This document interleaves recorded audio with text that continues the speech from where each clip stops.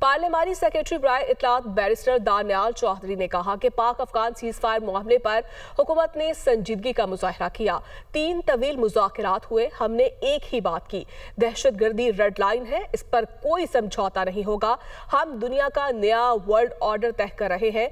पाकिस्तान हमें लहू लहान मिला, हमारी अफवाज और हुकूमत गजा के लोगों के साथ है। पाकिस्तान का इस्तेहकाम मोदी और भारत की मौत है।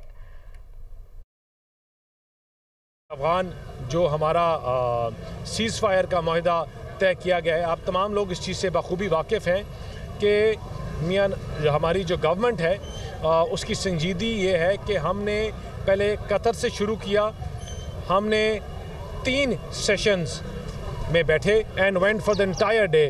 ये इस चीज़ की गवाही देती है कि पाकिस्तान जो है अफ़गान नेगोशिएशंस में बड़ा संजीदा था और संजीदा है। एक चीज़ जो रेड लाइन है वो है दहशतगर्दी, कि किसी तरह की दहशतगर्दी क्रॉस द बॉर्डर एक्सेप्ट नहीं की जाएगी। मैं हमेशा कहता हूँ कि मुल्क जो है हमें कटी हुई टांगों से मिला, कमज़ोर मिला, लहू लहान मिला। हमने इसको वापस खड़ा किया अपने पैरों पर।